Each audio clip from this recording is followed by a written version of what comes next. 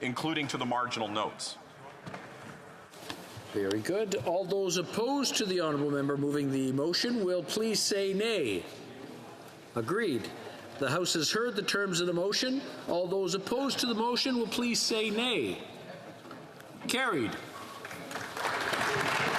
Now, before going to the statements by members, I just want to point out that the honourable member for Halifax West has 5 minutes of questions coming to her once we resume debate.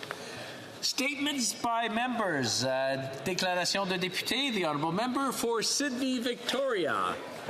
Mr. Speaker, I rise today and I would like to start off by thanking the good people of Sydney Victoria for re-electing me as their Member of Parliament. Cape Bretoners are known for their generosity and community spirit. And today I would like to commend a remarkable young woman and Cape Breton's 2021 Citizen of the Year, Alyssa Rose. Years ago, Alyssa was a patient at the IWK Health Centre, one of the most important specialized health centres for youth, women and families across the Maritimes. While there, she underwent an intense procedure to remove a brain tumor. Alyssa was so moved by the work done by the doctors at the IWK that she was compelled to find some way to give back. And over the last 3 years, Alyssa has raised over $33,000 for the IWK Health Centre. Her sense of selflessness, charity, and community service are exactly the qualities Cape Bretoners choose to honor when they voted her Citizens of the Year. Congratulations, Alyssa. Hear, hear. The honourable member for Red Deer Mountain View. Thank you, Mr. Speaker, and I'm honoured to return to this House as the member for Red Deer Mountain View, and so thankful to my family, friends, and volunteers who supported me, and it is, of course, with much pride that I stand for all of my constituents in this chamber. Our community held 2 incredible national events last month at Red Deer's Westerner Park. Agri-Trade is one of Canada's premier agricultural events and features the very best in equipment, technology, services, and showcases true farmer ingenuity. We also hosted the 47th Canadian Finals Rodeo, which is not only a vital part of our Western heritage, but also highlights how sports and agriculture are key to our growing economy. Mr. Speaker, agriculture is also the backbone of our nation's economy. Events such as these foster the grassroots relationship that connects us to the legacy of Alberta farmers who put food on our tables and preserve our environment. I'm so proud to be part of a community that's a global leader in food safety and innovation. The honourable member for Sudbury. Thank you, Mr. Speaker. Recently in my riding of Sudbury, 39 miners were underground at Valley's Taunton Mine when an accident damaged the elevator. The miners were working under 1,200 meters underground, and a plan was immediately put in place to bring everyone back to the surface. Safety took 3 days to complete, with all 39 members brought to surface without injury or harm. I want to recognize and thank everyone involved in rescuing the miners. 56 Valley Mine Rescue members, Valley CISM, United Steelworkers Local 6500, Ontario Mine Rescue, Ontario Ministry of Labour, Neomo staff, and Sudbury EMS. Je tiens également à cette... I also want to salute the 39 workers and their families who remained calm in a difficult situation. Nothing is more important than all our workers to safely complete their workday and get home to their families. Merci. Thank you. The honourable member for Abitibi Bay James, Nunavik EU.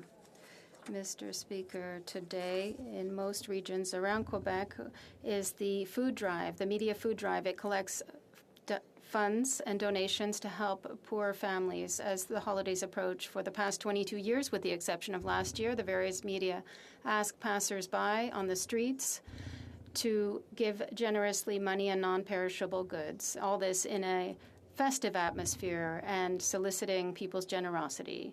The many merchants also help and collect food goods, and monetary donations can be collected online at guignolé.ca. Over 100 community organizations will then redistribute these goods to the families and individuals in Quebec. It's a year more than ever since before the pandemic when the cost of living and grocery bills have continue to rise, and food insecurity is affecting thousands of people in Quebec. The Bloc encourages Quebecers to give as much as they can so that everybody can celebrate the holidays. The Honourable Member for Châteauguay-Lacolle.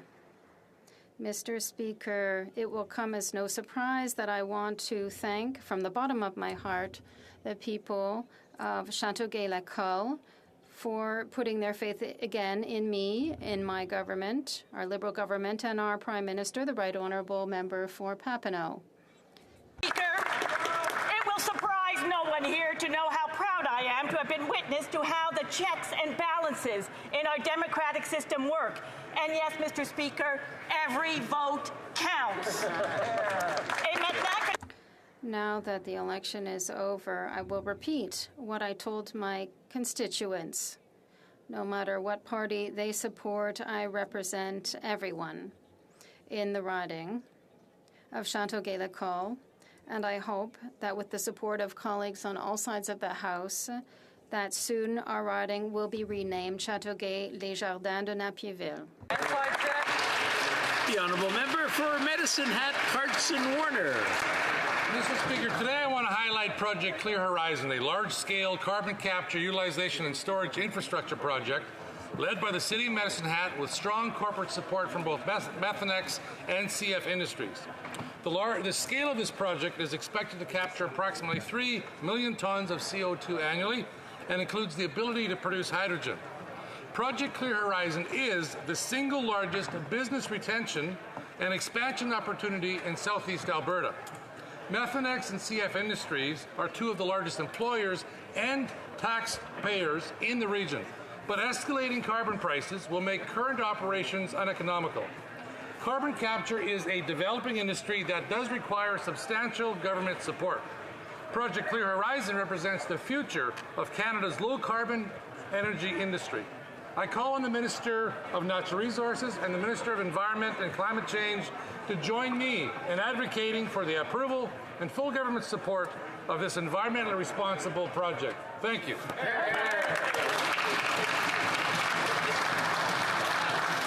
Order.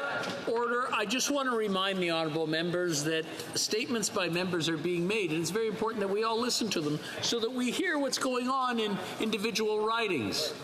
The honourable member for Cape Breton, Cancel. I attended the AUS Soccer Championships hosted here at Cape Breton University. Today, it is with great pride that I rise in the House for the first time this session, to congratulate the Cape Breton University men's soccer team on their 5th consecutive AUS championship, establishing a sporting dynasty in the Atlantic region. It was 2 weeks ago the team was here in Ottawa, where they played in the semi-national semifinals and captured the bronze medal following a thrilling weekend on the pitch. After close to 18 months away from the game, this season was certainly an impressive one for our Capers. It's thanks to their determination, commitment, and passion for the sport that Capers made students, staff, alumni, and the community proud once again, Mr. Speaker. And I look forward to following their action again next year. Go, Capers, go. The honourable member for Kingston and the Islands. Thank you very much, Mr. Speaker. I rise today to recognize some amazing Queen's University students for my riding of Kingston and the Islands. Last week, Queen's University Varsity Leadership Council ran a food drive to help support Martha's Table, a local not-for-profit which provides free nutritious meals and personal hygiene products to members of the Kingston community. This initiative was led by the Council's co-presidents, Sydney Hutchison, one of the women's water polo team members, and Colton Salanto of the men's lacrosse team. In total, this involved 21 different varsity teams who put together 60 baskets of food and hygiene products. Each basket included 21 items and is enough for a family of 4. I know that every day there are many Queen students, just like Sydney and Colton, who quietly go and serve our community to help make it an even better place. They don't do it for recognition or reward. They simply do it because it's the right thing to do and they want to help. To Sydney, Colton, and all the varsity athletes who participated, thank you for stepping up for your community. The honourable member for Simcoe Grey. Mr. Speaker, I rise today for the first time in the 44th Parliament. I want to thank the good people of Simcoe Grey for once again putting their trust in me to be their voice here in Ottawa. Well done. I also want to thank my wife Colleen my 2 daughters, Lexi and Sarah, my EDA, my many, many volunteers who helped get me back to this special place. In the last Parliament, my constituents talked to me a lot about the need for high-speed internet, more support for seniors, and more support for small businesses. These remain top priorities, but the issue I'm hearing more than ever now are the record levels of debt in Canada and the overall rise in the cost of living. My constituents are concerned about the price of groceries, the cost to heat their homes, and about affording their mortgages if interest rates were to rise in the present market. The current government put us in this situation, Mr. Speaker, and like many Canadians, I want to see a real plan to get out, a Conservative plan. The honourable member for Markham Unionville. Thank you, Mr. Speaker. I'm honored to stand for the first time in this House and humbled to be the newly elected Member of Parliament for Markham Unionville. I would like to take this opportunity to thank all my constituents for placing their trust and support in me. As a retired police officer, it is a privilege to represent you that I will not take lightly. I would like to take this time to acknowledge and thank the people who stood by my side and helped me get to this position. To my dedicated and hard-working campaign team, your conversations at the doors help amplify the voices of Canadians and carry our movement forward. To my family, my wife of 40 years, Monica, to my 3 adult children and their spouses, and my 6 grandchildren, you have always remained by my side and supported me in all my endeavors. I cannot thank you enough and would not be where I am today without you. Today I pledge to the people of Markham Unionville that I will work tirelessly to represent everyone, regardless of race, ethnicity, gender, or orientation. I will fight to make sure our communities are safe, healthy, and inclusive for all Canadians. Finally, I want to thank and congratulate all elected and newly elected members for this House, and I hope to work with everyone in this House. Thank you. The honourable member for West Nova. Yesterday morning, after a few days of delay, fishermen in LFA 33 and 34 kicked off their lobster fishing season. For them, from generation to generation, being a fisherman is not just a job, it's a passion, a reason to live, and they are very proud of it. Today is with the same pride that I can express to them my deep admiration and respect for what they do. Wish them an excellent season, and above all, ask them to stay safe on the water, and keep in mind all the fishers that we have unfortunately lost over the years. Hear, hear. I also want to take this opportunity on behalf of my family and staff to wish my constituents of West Nova, as well as my colleagues in this chamber, a very Merry Christmas. May your gatherings be joyful, and please remain cautious during your travels. To mes concitoyens de West Nova. To all my constituents in West Nova, to my colleagues here in the House, I wish you a Merry Christmas with your families, that you may have happiness and good health, particularly to begin a new year on the right foot. The honourable member for Portage-Lisgar. I rise today in this 44th Parliament to thank the people of Portage-Lisgar for choosing me as their MP for the 5th time. Hear, hear. I'm so grateful for their trust. It has been a difficult time for my riding, Mr. Speaker. Some in the riding fear the vaccine and distrust government, but many more have confidence in their doctors and experts' advice. But this was a divisive issue during the election and still is. That is why today I recommit in this House to do all I can as their MP to be a leader who brings people together, to listen, to be kind and respectful, and exemplify the Christian values I was taught growing up in southern Manitoba. People in my area, and Mennonites especially, are known for their generosity and love for their neighbor. These values have not changed. And although I don't have all the answers to these challenges, I do know this. No pandemic will stop the eternal legacy that the people of my region of southern Manitoba have been destined to fulfill. Because in the words of Paul, when all else fades, when all else fails, love never fails. Thank you. The honourable member for Edmonton-Griesbach. Thank you, Mr. Speaker. I rise to acknowledge the historic event that took place in this chamber yesterday. As a two-spirit person and newly elected member of this House, seeing my colleagues put aside our partisan differences to pass this long overdue ban on conversion therapy fills me with hope. Kinaskam Tinawao, members of this House.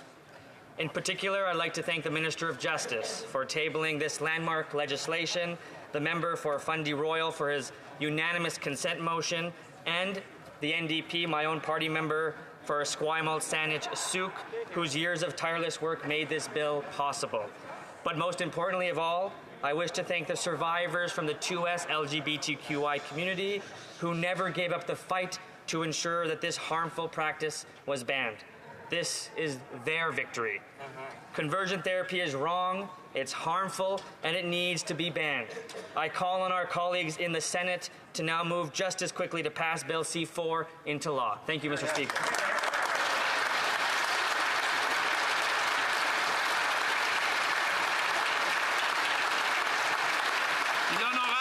The Honourable Member for Lac-Saint-Jean.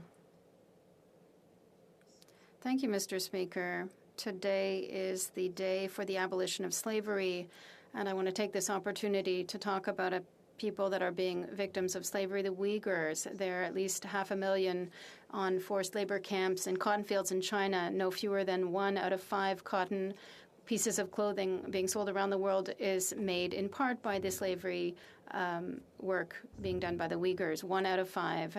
Doesn't stop with forced labor. The Uyghurs are victims of genocide. And yet the government of Canada is lying behind China.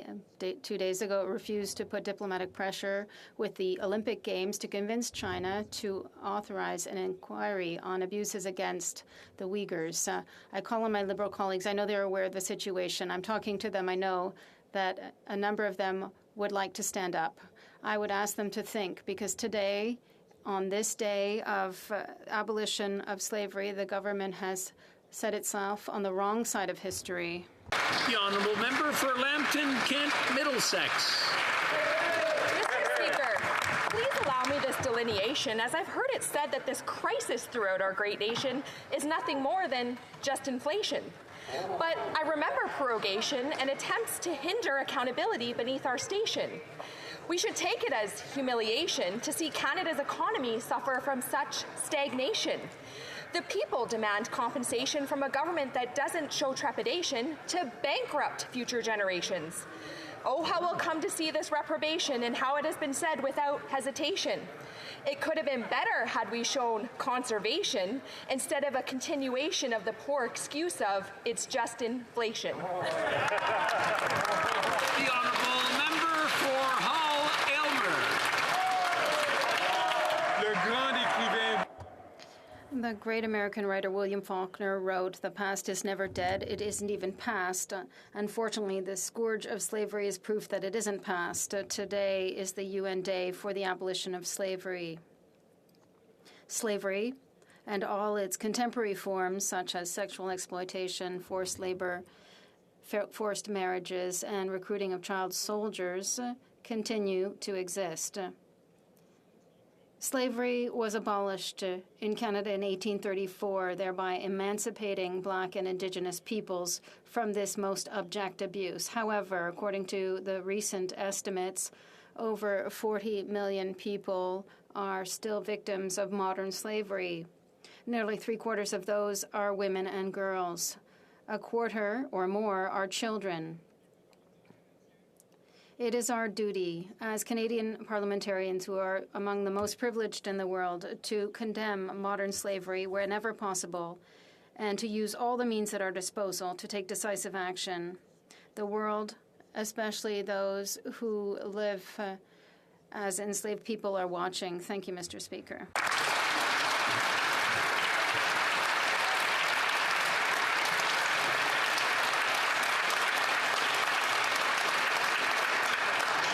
Oral questions. Question orale. The Honourable Leader of the Opposition.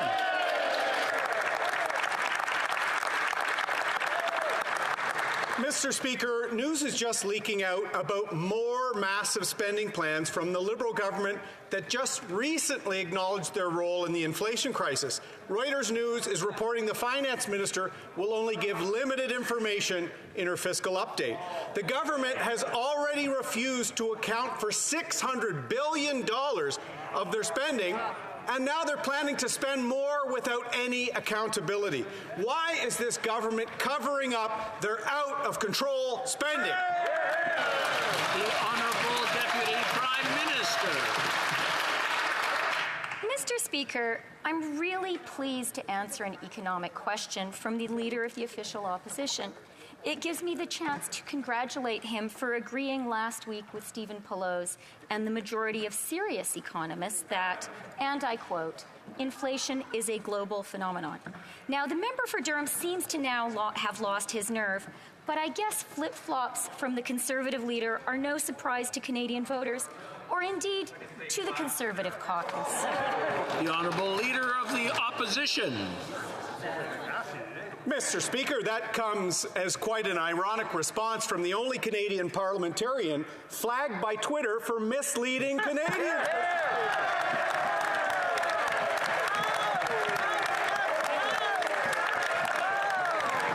Now, as that minister once said, better is always possible, Mr. Speaker, so better is always possible for this Prime Minister. I've got a simple question for her. Canadians want to know. There's prices going up across the board. She has the opportunity to ask the Bank of Canada to get inflation back down to 2%. Will she do it? Yes or no? Honourable Deputy Prime Minister. You know, Mr. Speaker, Conservatives seem not to understand a very basic economic distinction: the difference between monetary and fiscal policy. Monetary policy decisions about interest rates and the money supply are the province of the Bank of Canada. It is fiscal policy, decisions about spending and taxation, which is the job of the government. I think Canadians would be right to ask themselves whether a party that doesn't even understand this basic distinction could ever be trusted in government. The Honourable Leader of the Opposition. Mr. Speaker, I'm hoping one basic economic equation that the finance minister will inform her prime minister. After 6 years, budgets clearly don't balance themselves, do they, finance minister? And new data in August from Statistics Canada said that we had 24% more business failures, Mr. Speaker. Thousands of family-owned businesses are struggling. Inflation is hitting small business too, Mr. Speaker. And on January 1st, this minister is going to raise payroll taxes on those family-owned businesses. How many more small businesses are going to have to close before this Liberal minister learns her basic economics? The Honourable Deputy Prime Minister. You know, Mr. Speaker, over the past 10 days, we've heard a lot from the Conservatives about government spending, which they now deem to have been excessive. But just a few weeks ago, on the campaign trail, the Conservatives proposed government spending in this fiscal year that was higher than what we proposed. While we proposed a deficit of $156.9 billion for 21-22, the Conservatives proposed a $168 billion deficit. So could the party of flip-flops please tell Canadians what their position is today? The Honourable Leader of the Opposition. Mr. Speaker, inflation is creeping out everywhere in this country. In fact, a few years ago, the Prime Minister said he would never run a deficit greater than $10 billion. Inflation has led that commitment to be he's never going to run a deficit greater than $500 billion, Mr. Speaker. When will this finance minister commit to Canadians who are seeing the inflation crisis price them out of their own homes and neighborhoods? When will this government finally balance a budget? The Honourable Deputy Prime Minister. Mr. Speaker, The Economist released its annual ranking of the most expensive cities to live in around the world this week. Here are the top 10. Tel Aviv, Paris, Singapore, Zurich, Hong Kong, New York, Geneva, Copenhagen, Osaka. What do these 10 cities have in common, Mr. Speaker? None of them are in Canada. The Honourable Leader of the Opposition.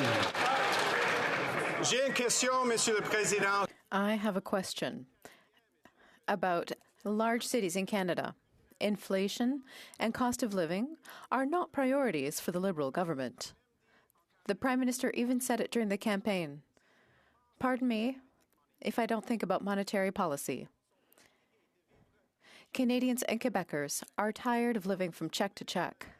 When will this Prime Minister decide to really help Canadians make both ends meet? The Right Honourable Deputy Prime Minister. Président, permettez-moi de... Mr. Speaker, allow me to go over the list of the following cities that are the least affordable. Oslo, Seoul, Tokyo, Vienna, Sydney, Melbourne, Helsinki, London, Frankfurt, and Shanghai, among others. What do these cities have in common? None are in Canada. L'honorable député de la Prairie. The Honourable Member for La Prairie. Mr. Speaker, in February, when the Prime Minister met with Joe Biden for the first time to develop a joint roadmap, they talked about 50 issues, and yet they didn't even talk about softwood lumber. They didn't talk about prioritizing tariff elimination, and they certainly didn't talk about separate treatment for Quebec. And then Washington threatened to double tariffs. It's only then that the Prime Minister woke up and remembered that we're in a trade dispute. It's always the same thing with this government. They're waiting. If they're not told exactly what to do, when to do it, and how to do it, they do nothing. When is this government going to stand up for Quebec's forestry industry? Honorable Vice-Premier Ministre. The Right Honourable Deputy Prime Minister. Mr. Speaker, I know that I can't win a play on words with my colleague from the Bloc.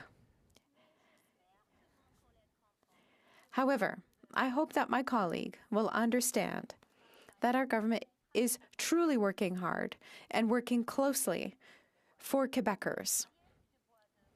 The softwood lumber file is very important to me, for our entire government.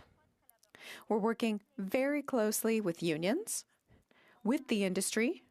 We will continue to defend the interests of Canada and Quebec as we did with aluminum. Le député de Saint-Hyacinthe-Bagotte.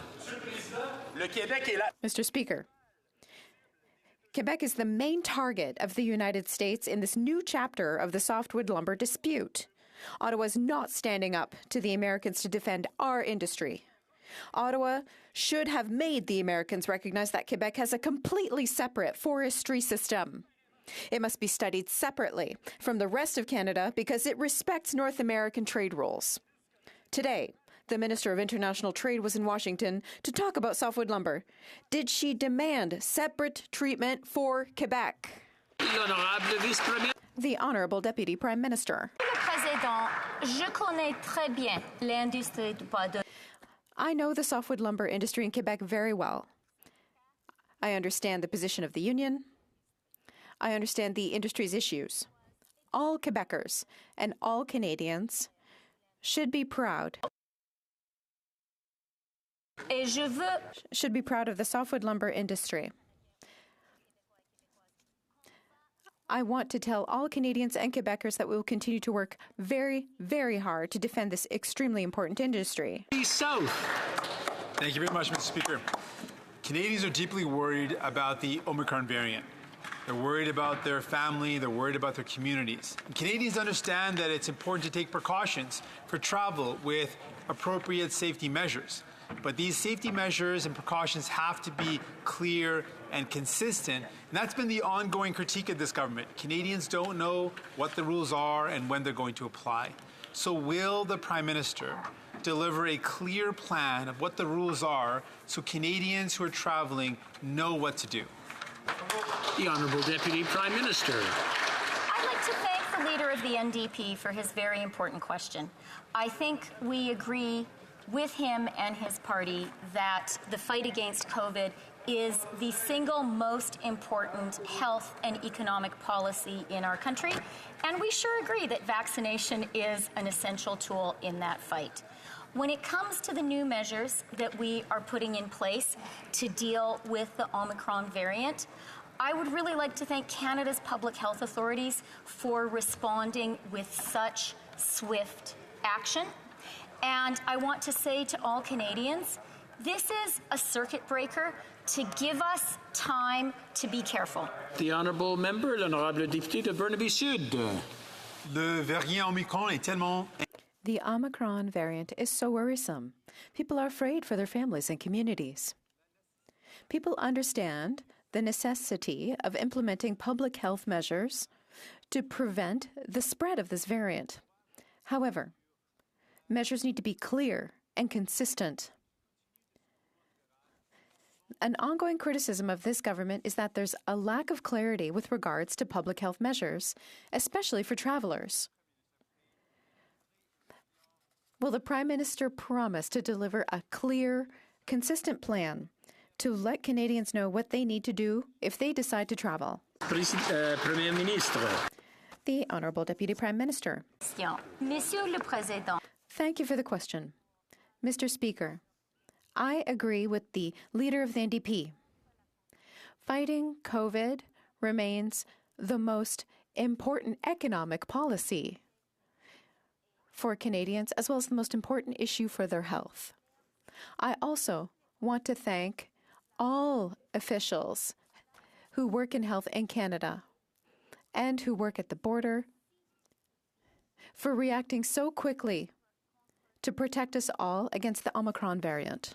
For South Shore, St. Margaret's. Mr. Speaker, fishermen saw their incomes drop drastically in 2020 due to COVID. Thousands of Canadian fishermen receive special COVID benefits because they are paid a share of the profits, not a weekly wage. This year, the government flip-flopped and demanded the money back for the benefits the government said they were entitled. Will fishermen paid a share of the profit, not a wage, get the fish harvester benefit? Yes or no? Yeah. The Honourable Minister of Fisheries. Well, thank you, Mr. Speaker, and I want to start by acknowledging the very important work that is done by fishers on all of our coasts in Canada and how much their work means to their communities and to our government. The fish harvester benefit was made available in 2 tranches. There were some estimates that had to be made in terms of the wage reductions, and then those needed to be corrected when the actuals came in. We'll continue working with the fishers to make sure that they're supported in every way possible. Good answer. The Honourable Member for South Shore, St. Margaret's. Mr. Speaker, the minister clearly doesn't understand that her government has sent out 5,000 clawback letters to fishermen. Nova Scotia's winter lobster season started yesterday. Fishermen are in the frigid North Atlantic in the winter with the Atlantic Ocean crashing over them, risking their lives to catch the food we need. They should not be worried about paying thousands of dollars of COVID benefits back to the government that they were entitled. Will fishermen paid a share of the profit, not a wage, keep the fishermen's harvest benefit? Yes or no? Honourable Minister. Mr. Speaker, it's clearly the member opposite who does not understand the situation. When this benefit was first constructed, it was an estimate of the reduction in earnings that the payments were based on. The following year, when those numbers were clear, it was then clear that they were not eligible for that money. This was not a clawback. It was the arrangement, and it was understood from the beginning that it would be based on the actual reduction, not the projected reduction. And Mr. Speaker, I want to say I support the fishers and their communities, and we will continue working to do that. I want to remind the honourable members that when they don't have their mask on, the sound is not muffled as much, and we can hear them very clearly. The honourable member for North Okanagan, Shuswap. Mr. Speaker, last June, the government announced the Pacific Salmon Strategy Initiative and talked about bold, transformative action. At the same time, the Fisheries Minister doubled down on the government's refusal to quickly mobilize proven actions needed to restore Pacific salmon. 5 months have passed, salmon populations are still in trouble. Can the Fisheries Minister tell us what the 5 species of Pacific salmon are and which are most at risk? The Honourable Minister of Fisheries. Well, thank you to the member for that question. And I want to say that the protection of wild salmon populations is a priority for our government, especially since there are a whole set of complex challenges facing the species, and there are runs right across our coast that are in trouble, including all of the major salmon species. These fish are very important to British Columbians, and especially our Indigenous communities who depend on them for food and for cultural and ceremonial uses. We are putting $647 million into a Pacific salmon. The honourable member for Haldimand, Norfolk.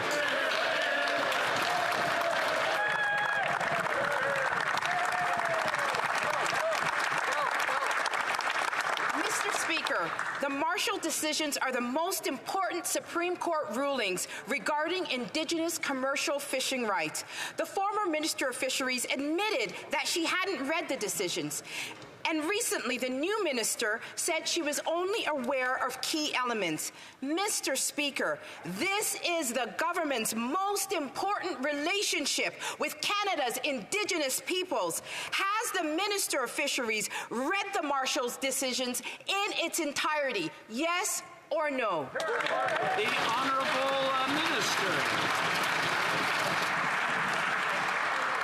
Well, thank you to the member for that question. What I do understand is that the conservation, protection, and the restoration of abundance of our stocks is of primordial importance to our communities, our fishers, and to Canadians at large. And everything we do at the Department of Fisheries and Oceans underpins that. Mr. Speaker, First Nations have a Supreme Court affirmed right. The Honourable, I'm going to interrupt the Honourable Minister. One moment. Answer the question. I'm having a hard time hearing the answer. I just want her to maybe start from the top so I can hear the whole thing, and maybe the sound will come down a bit. The Honourable Minister.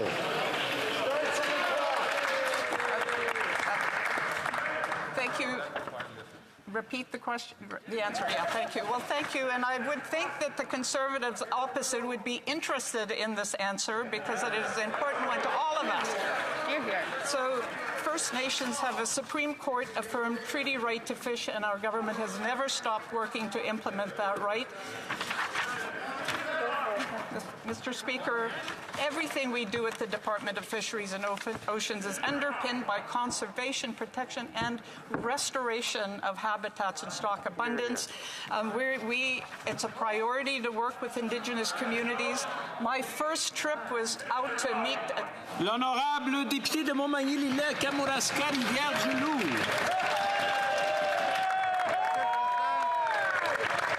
Monsieur le Président, il n'y a rien de plus important. Mr. Speaker, there's nothing more important for the minister to understand than the Marshall decision because this is the most important relationship for the government. The minister should know that in 1999, the Fisheries Committee report indicated that the court confirmed the authority of the minister to be the sole regulator of the fishery and did not confer any rights on a separate fisheries enterprise. Will the minister abide by this decision in the implementation of any future commercial fisheries decisions, yes or no? The Honourable Minister. Thank you for the question, Mr. Speaker. The Supreme Court of Canada recognized the right for 35 First Nations in Gaspésie and Quebec and Atlantic Canada. We're working with communities to implement this right. I had the privilege of visiting the Atlantic coast, and I had discussions with Indigenous fishery leaders, namely the Mi'kmaq. It was very important, and I will continue to act on this.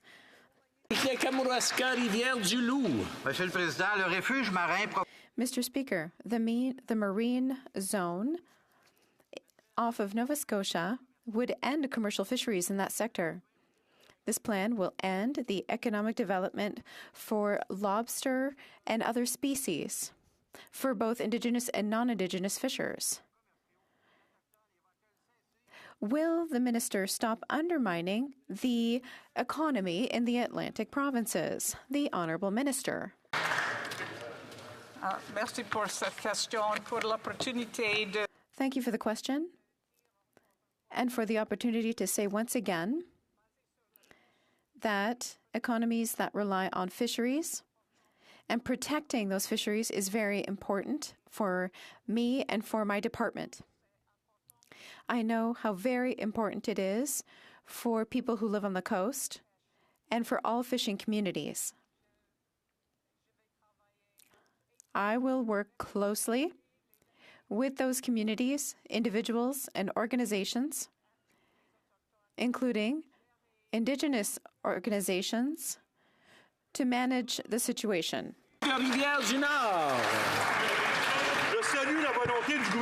I welcome the willingness of the government to participate in the summit on gun violence convened by the mayor for Montreal on January 26th.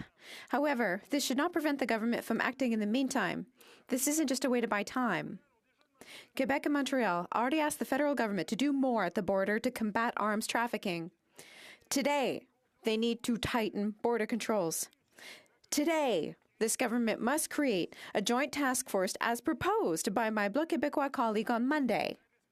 It's the responsibility of the federal government, its sole responsibility. Will the minister shoulder these responsibilities, yes or no? The Honourable Minister of Public Safety. Monsieur le Président. Thank you, Mr. Speaker. I want to thank my colleague for his question. There have been too many tragedies due to arms. That's why we're moving forward with our investments and our proposals. We had already invested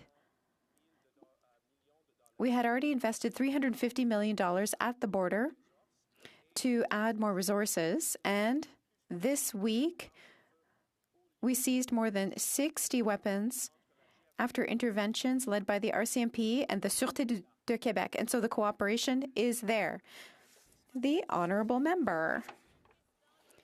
Mr. Speaker, the minister must do everything possible to counter weapons trafficking, and this is not happening right now. Even customs officers are saying so. A representative of the union said whether it's detection dogs, intelligence officers, methods for combating the concealment of weapons, this expertise is not being used at border posts. There are means and solutions that already exist, expertise that could be better mobilized. When will the minister implement this and tighten border control? Le ministre. The Honourable Minister. Monsieur le Président, je veux assurer tous les membres de... I want to reassure all members in this House that this government is always looking for real solutions and taking real action in order to solve the problem at the border. We have seized weapons of war. We have proposals to create new partnerships with the government of Quebec and other cities, including Montreal, in order to better control handguns. We've invested significantly in these initiatives. We're going to continue to act in this way to address the problem. Mr. Speaker, we have real proposals for the government. For instance, a common front among police officers to fight gun trafficking. But what's happening is just the opposite. Last year, the RCMP withdrew investigators from Quebec's National Organized Crime Task Force. A retired police officer told La Presse this summer that it's clear that today there's not the same level of cooperation between the RCMP and Sûreté du Québec as there was a few years ago. Police forces respect each other today but don't talk to each other. Why is the minister refusing to reestablish cooperation and create a joint task force? The Honourable Minister. Monsieur le Président, la proposition que mon... Mr. Speaker, my colleague's proposal has already been acted upon. There are many forums set up with the United States and joint forums with the government of Quebec. There's a great deal of cooperation between our police forces to stop weapons trafficking at the border. Are there other opportunities we could pursue? Yes, absolutely. And as I've already said, my door is always open to explore them. The honourable member for South Surrey, White Rock. Thank you, Mr. Speaker. Russia has amassed an estimated 100,000 troops on Ukraine's border, 32,000 in Russian-occupied Crimea. 1/3 of Russia's ground combat power is on the move. RT News reports that Russia is warning Ukraine that military action is highly possible. Canada has a small training contingent in Ukraine of 200 troops. Last week it was reported that the minister was considering additional troops and equipment. Today, CDS Air said no. To the minister, what force options will be deployed to aid Ukraine, and who is in charge? The Honourable Minister of Defence. Mr. Speaker, I thank the honourable member for that question. And let me just first off say that Canada will continue to remain steadfast in our support of Ukraine, especially in the face of unwanted Russian aggression. In doing so, Canada will consistently support NATO, our multilateral partnerships, and the international rules-based order. We will continue to work with our partners and allies to uphold peace, security, and our multilateral partnerships that protect democracy and peace around the world. Thank you. The honourable member for Wellington, Halton Hills. Mr. Speaker, the United States is short of oil. President Biden has said he wants oil production increased. He's called on OPEC to pump more. He's released the petroleum reserve, and he's coordinated with other countries, but not Canada, to release their reserves. And last week, the most powerful senator in Washington, Democrat Joe Manchin, called on President Biden to approve Keystone XL. So my question to the government is simple. Did the Prime Minister raise this issue with the President and with the congressional delegation he met with 2 weeks ago?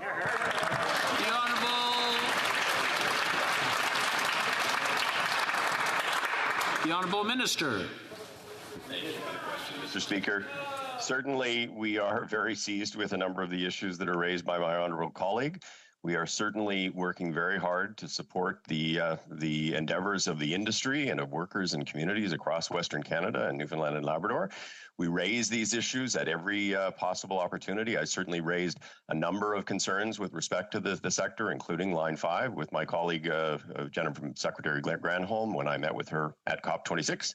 And certainly we will continue to advocate on behalf of Canadian interests. The honourable member for Wellington, Halton Hills. Mr. Speaker, under this government, our relationship with Washington has declined. Our closest trading partner and ally needs more oil.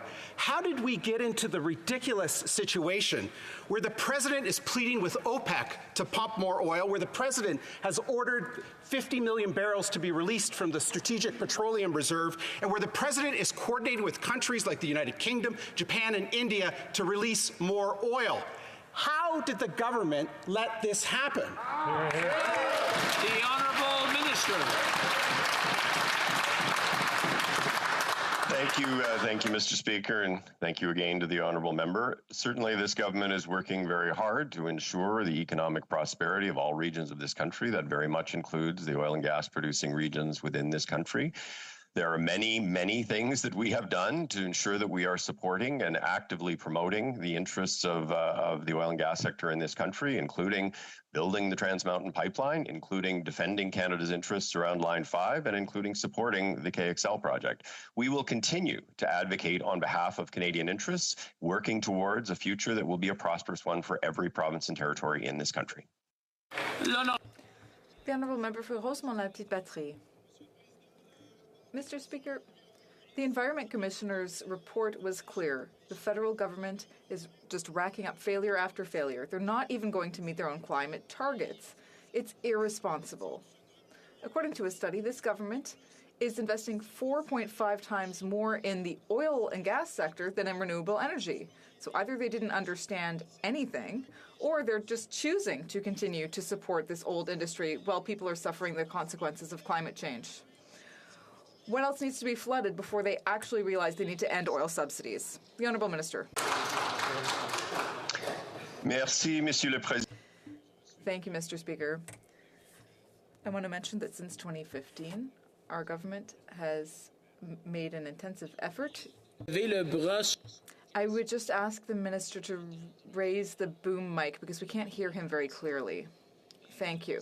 And he may start from the beginning. Thank you very much. I want to say that since 2015, our government has made intensive efforts to implement the necessary measures to put Canada on the path to significantly reducing greenhouse gas emissions so that all sectors and all regions of this country will be able to prosper. We are taking concrete steps and developing climate solutions that will reduce pollution and create new jobs. The honourable member for Timmins, James Bay. So Joe Biden goes to COP26 promising a clean energy future backed with $2 trillion in investments for, quote, good paying union jobs. Now, meanwhile, our prime minister goes from what the Environment Commissioner says is, quote, failure to failure as emissions continue to rise. Now, under his watch, Canada is at the bottom of the G20 for renewable investments, down there with, wait for it, Russia and Saudi Arabia. So where are the massive investments that are needed to ensure that the energy workers and the families of this country are the leaders and not the losers of the coming transformation? The Honourable Minister. Thank you, Mr. Speaker, and thank you to my honourable colleague. I wish to congratulate him on his appointment as the critic for natural resources. I would say, Mr. Speaker, that no country in the G7, in the G20, has been as ambitious as this country with respect to climate action over the last 6 years. And certainly, I think that was acknowledged at COP26. Where is the money, Mr. Speaker? We've committed over $100 billion with respect to climate action that will result not only in the reduction of emissions, but in economic activity that will drive jobs and growth in all regions of this country. That certainly includes the work we have done with respect to the just transmission on coal phase out. So certainly this government has... The honourable member for London West. Many families across Canada have been able to count on our government to support them, whether it is through the introduced tax cuts for families or creating the Canada Child Benefit or making life more affordable through the early learning and childcare agreements. Can the Minister of Finance tell this House when Canadians can expect a new fiscal and economic update? The Honourable Deputy Prime Minister. I'd like to thank the member for her question and welcome her to the House. Our government's against COVID and to support our recovery from the COVID recession. We know it's important to Canadians that we are careful and transparent with our nation's finances. That's why I'm pleased to announce that I will be giving an economic and fiscal update to Canadians on December 14th. C'est pourquoi je suis heureuse. That's why I'm pleased to announce that I will be giving an economic update to Canadians on December 14th. Bravo. The honourable member for Abbotsford. Canada's most trusted partners, the US, UK, Australia, New Zealand, have all banned Huawei equipment from their 5G networks because of espionage and national security concerns. Yet there's one country that stands alone in not having said no to Huawei. It's Canada. For years, the Prime Minister has promised a decision regarding Huawei, but as usual, has failed to deliver. Why doesn't he take this seriously? And when will he finally say no to Huawei? Hear, hear. The Honourable Minister. Speaker, I'd like first to congratulate the member for his appointment as the official critic when it comes to industry, Mr. Speaker. There is a very important decision for this country, Mr. Speaker. There's no more important decision when it comes to securing our network, not just only for this generation, but for future generations. And when it comes to security, Mr. Speaker, Canadians at home know that we will make no compromise. National security comes first. We will ensure that we take the very best decision, not only for this generation, but for future generation of Canadians, Mr. Speaker. The honourable member for Abbotsford. Well, Mr. Speaker, I appreciate the minister's kind words, but he needs to pay attention to this file. It's time that he ban Huawei. All of our allies have banned Huawei, yet Canada stands all alone in waffling on the issue. For over 2 years, this government has promised a decision that's going to come in a couple of weeks from now. Meanwhile, our telecoms have spent billions of dollars on Huawei equipment. When will this minister finally grow a spine and say no way to Huawei? The Honourable Minister for Innovation.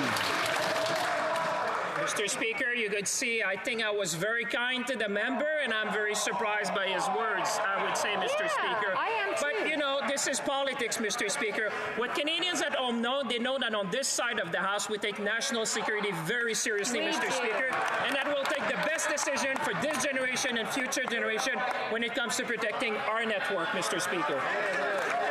The Honourable Member for Halliburton, Kawartha Lakes, Brock. Mr. Speaker, the Parliamentary Budget Office estimated if this Liberal government had acted on their promises, all boil water advisories for Indigenous communities would have ended in 2020. Indeed, the Prime Minister failed on his promise to end all advisories 9 months ago. Worse, the Minister of Indigenous Services said yesterday that she refuses to set a deadline for ending the remaining 44 on-reserve boil water advisories. In fact, she wants to hold more consultations. So, Speaker, if the Minister couldn't drink water in her home, how much longer would she wait? The Honourable Minister of Indigenous Relations. Mr. Speaker, it is without a doubt that everyone deserves clean drinking water, no matter where they live in this country, and that's why we've invested billions of dollars in clean drinking water in partnership with First Nations communities across the country. We've also committed to 100% of operations and maintenance funding. Mr. Speaker, we're working with the partners that are still experiencing clean drinking water advisories, and we will get this done. My deadline is as soon as possible. The Honourable Member for Halliburton, Kawartha Lakes, Brock. Mr. Speaker, these promises of funding mean nothing when your child cannot drink clean water. We all know that you can't run a business, a farm, a school, hospital, community, even a household without clean water. And sadly, as of October 15th, 44 long-term boil water advisories on reserve still exist. In fact, the PBO report highlights that spending on water and wastewater maintenance and operations over the next 5 years suggests annual funding gaps of $138 million. Rather than misleading Indigenous communities, when will this government finally get the job done? The Honourable Minister of Indigenous Services. Well, thanks, Mr. Speaker. And I don't know if the member knows this, but in November 2015, when we came into power, there were 105 long-term drinking water advisories on public systems on First Nations across this country. And, Mr. Speaker, we worked with communities, each with their own set of specific challenges. We allocated billions of dollars, Mr. Speaker, and we have been able to lift the majority of those clean water drinking advisories. We'll continue, Mr. Speaker, till we get the job done. Promise made. We will keep that promise. The Honourable Member for Shefford. Mr. Speaker, it's no secret that low-income seniors have been the hardest hit by the pandemic. But today, it's not so much the pandemic, but rather the government's inconsistency and lack of compassion that is hitting them the hardest. Today, working seniors are having to choose which medicines not to take in order to make ends meet, because the federal government is cutting the GIS. Some are even struggling to pay their rent or buy groceries. They're being penalized in the calculation of their benefit for having received the CERB, which they were entitled to. When will the minister finally correct this injustice? Honourable Ministre. The Honourable Minister. I think we can all agree just how challenging this pandemic has been on seniors. But every single step of the way, Mr. Speaker, our government has been there to support seniors, especially those most vulnerable, by strengthening their GIS, Mr. Speaker. We've also moved very quickly to provide immediate and direct financial supports to seniors this year, Mr. Speaker. When it comes to CERB GIS, Mr. Speaker, we are aware of this issue, and I want to assure my honourable member that we're working extremely hard on this to find the right solution to ensure that those that are affected. And as always, Mr. Speaker, we will be there for them. The Honourable Member, l'Honourable Député. The Honourable Member for Shefford. Mr. Speaker, there were already warnings earlier. The Prime Minister said he was working on it, but seniors are still working, and it's almost the holiday season. We're talking about some of the most vulnerable seniors being deprived of thousands of dollars because of their lack of judgment. Whereas in Quebec, they're talking about generosity and Christmas baskets, but in Ottawa, they're cutting benefits for working seniors. Will the minister finally open her eyes and ensure that when calculating the GIS, the CERB will be considered as working income? It's urgent. Honourable Minister of Seniors. Strengthening income security for seniors has been a priority for our government, and that is why, Mr. Speaker, our government strengthened GIS for vulnerable seniors. We provided, Mr. Speaker, one-time payments during the pandemic to help seniors afford the things that they needed, Mr. Speaker. We will be increasing support through OAS for those 75 and above, Mr. Speaker. We recognize that GIS adjustments have been hard on some seniors this year, and I can assure the honourable member and all members in this House that we're working hard to find a solution to help those affected, Mr. Speaker. As always, we will be here for them. The Honourable Member for Beauce. Mr. Speaker, the Department of Employment has a serious backlog of labour market impact assessments. Yes, they've hired more staff, but why don't they contact the Immigration Department to inform them of the delays? There's a serious labour shortage, and the Immigration Department is sending out notices to workers that they need to leave Canada within 90 days because they haven't received their LMIAs on time. What do the two ministers have to say? I'd like to ask them here in the House because neither one of them had the decency to respond to my emails. The Honourable Minister of Immigration. We have a record number of foreign workers who have been welcomed into Canada. We have hit some very ambitious immigration targets, and we've welcomed over 245,000 new residents this year. We will be welcoming a record number of immigrants who are contributing to their communities, and we will continue to innovate and modernize our system because we know that immigration is essential to the economic recovery. The Honourable Member for Brantford-Brant. Mr. Speaker, the labour shortage in Brantford-Brant is devastating. Manufacturers, restaurants, and many other businesses are not able to fill hundreds, if not thousands, of positions. As a result, less products and services are available to the constituents in my riding, and business owners are losing their income. Rather than addressing labour shortages and many other economic challenges, the Liberals decided to hold an election in the middle of a pandemic. Why did the Prime Minister prioritize his political ambition over the interest of Canadian businesses? The Honourable Minister of Labour. Because of the strength of our economy, some sectors are outpacing their ability to find workers, and that's why we've made the largest investment in training for workers in Canadian history. Moving forward, we absolutely have a plan to address these labour shortages by welcoming talented workers to Canada, $10 a day childcare that will allow parents to return to work, support for training in youth programs, keeping experienced workers in the workforce, boosting the participation of diverse Canadians, and addressing the specific needs of evolving sectors. We're on it, Mr. Speaker. The Honourable Member for Cypress Hills Grasslands. Mr. Speaker, with rising inflation and supply chain issues, economic and financial recovery is the priority for the coming years. But the Liberals created more uncertainty for Canadian agriculture when they announced a severe fertilizer reduction, despite farmers' proven track record of environmental leadership. MMP estimates potential losses of $48 billion, including $4.6 billion in Saskatchewan. There will be shortages of supply, processing, and exports. Why does the government insist on making food more expensive and limiting how much farmers can grow? The Honourable Minister. Thank you, Mr. Speaker. I can assure you that we're working hard on supporting farmers on different fronts. We want to be there to help them be more resilient to face climate change. And this is why we have invested almost $500 million in measures to provide farmers with incentives and make it more affordable for them to buy more energy efficient equipment. Thank you, Mr. Speaker. The Honourable Member for Hochelaga. Thank you, Mr. Speaker. Housing is a priority for many people in Quebec, especially in my riding of Hochelaga. Can the Minister of Housing, Diversity and Inclusion tell this House what our government is doing to help people in my riding and across Quebec find safe and affordable housing? The Honourable Minister. Mr. Speaker, I want to thank my colleague, the member for Hochelaga, for her question. Recently, I was in Quebec to speak to stakeholders about their housing needs. And last May, I was pleased to join my colleague to announce $100 million for more than 500 affordable homes.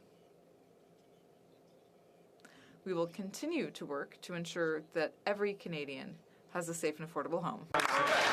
The honourable member for Red Deer Lacombe. Mr. Speaker, the Liberals are changing the instrument approach procedures for many small aerodromes across the country, including the Ponoka Airport in my riding. This change is purely bureaucratic to align with international standards that don't reflect the reality of how these facilities are used in Canada. But the impacts are very real.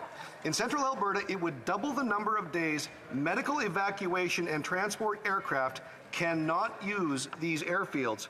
This is a disaster waiting to happen during a pandemic. So why is the government risking the lives of Canadians with this make-work bureaucratic project? The Honourable Minister of Transport.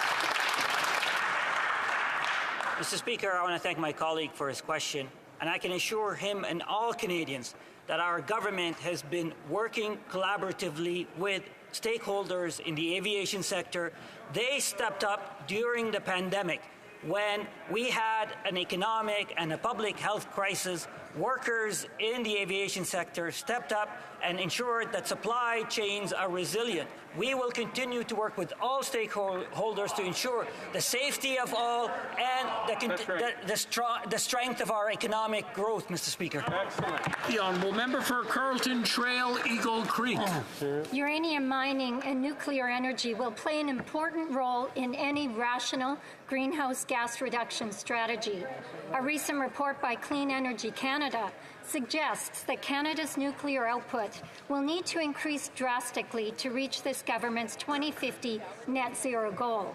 Will the Minister of Natural Resources inform this House if the Minister of the Environment and Climate Change fully supports nuclear energy expansion, or does the Environment Minister continue to be a science denier? The Honourable Minister. Speaker, our government has certainly very ambitious climate targets and one of the world's most detailed and concrete climate plans in the world. In the transition to a low-carbon economy and to a net zero future, we must consider all non-emitting technologies, including wind, solar, hydro, and, yes, nuclear energy. Nuclear energy is already an important part of Canada's non-emitting energy mix and supports many Canadian jobs along the supply chain. Canada's nuclear industry is a leader in driving the development, for example, of small modular reactors, and our government will continue to work with Ontario, Saskatchewan, New Brunswick, and others in supporting the assessment and development of this technology. The honourable member for Kamloops, Thompson, Caribou. Mr. Speaker, a former case manager came forward from Veterans Affairs 2 weeks ago alleging the department has, quote, overwhelming caseloads, a lack of support, and is a toxic work environment, end quote. Last week, the union representing Veterans Affairs staff put out a statement saying case managers are near a breaking point. Was the minister aware of the problems within his own department? If he wasn't, why not? And if he was, why didn't he act? The Honourable Minister of Veterans Affairs.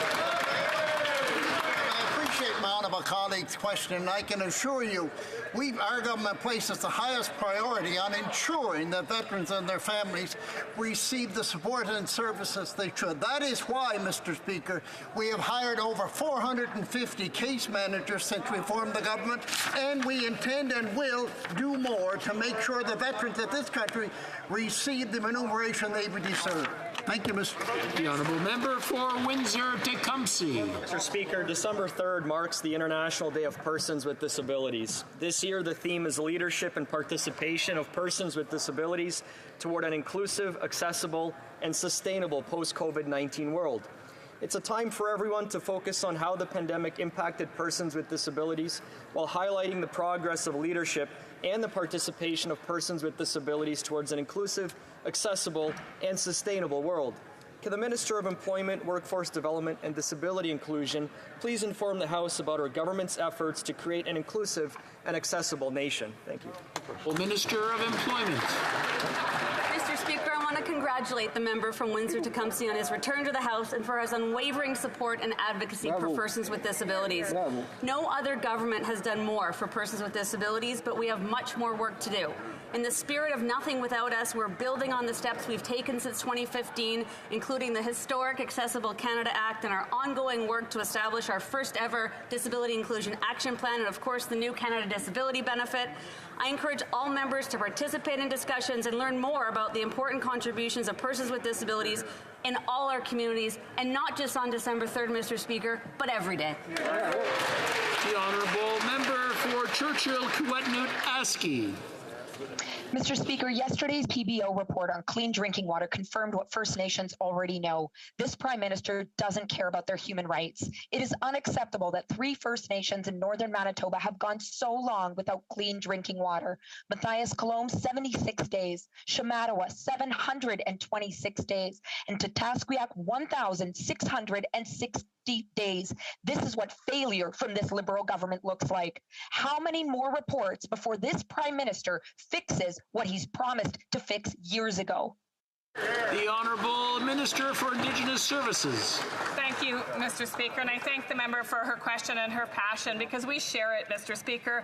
This is a top priority for our government to end long-term drinking water advisories across the country. That's why we've invested billions of dollars, Mr. Speaker. That's why we're working so closely with communities just like the ones that she mentioned, Mr. Speaker. We will get this done together in partnership with First Nations communities. The Honourable Member for Saanich Gulf Islands. Merci, Monsieur le Président. Nous avons... Thank you, Mr. Speaker. We're facing a serious issue at Ganasatagi. Of Ganasatagi, there's a toxic waste dump. It's been leaking harmful chemicals, and it also affects the wildlife, the fish, and it's not as though our government hasn't said something about it. There was a directive delivered to the toxic waste facility that was dated November 18th, 2020, and yet the toxic waste still flows. Can the minister update us on what's being done to remove a toxic waste facility from Ganasatagi? The Honourable Minister. Well, thank you, Mr. Speaker, and I want to thank the member for Saanich Gulf Islands for her question and for her continued advocacy for the environment and her constituents. The protection and restoration of fish habitats and fish in our waters is a top priority for me as a minister. Disposing of waste in this manner is dangerous to people and to the environment and our fish stocks, and it's unacceptable. It's one of the reasons our government modernized the Fisheries Act to protect and restore fish habitats, which a previous government had cut out. And we will hold any individuals who violate this act to account. I'm afraid that's all the time we have for questions and answers today. It being 3:15 p.m., pursuant to order made on earlier today, the House will now proceed to taking the deferred recorded division on the motion at the second reading stage of Bill C2. Convoquez les députés. Call in the members.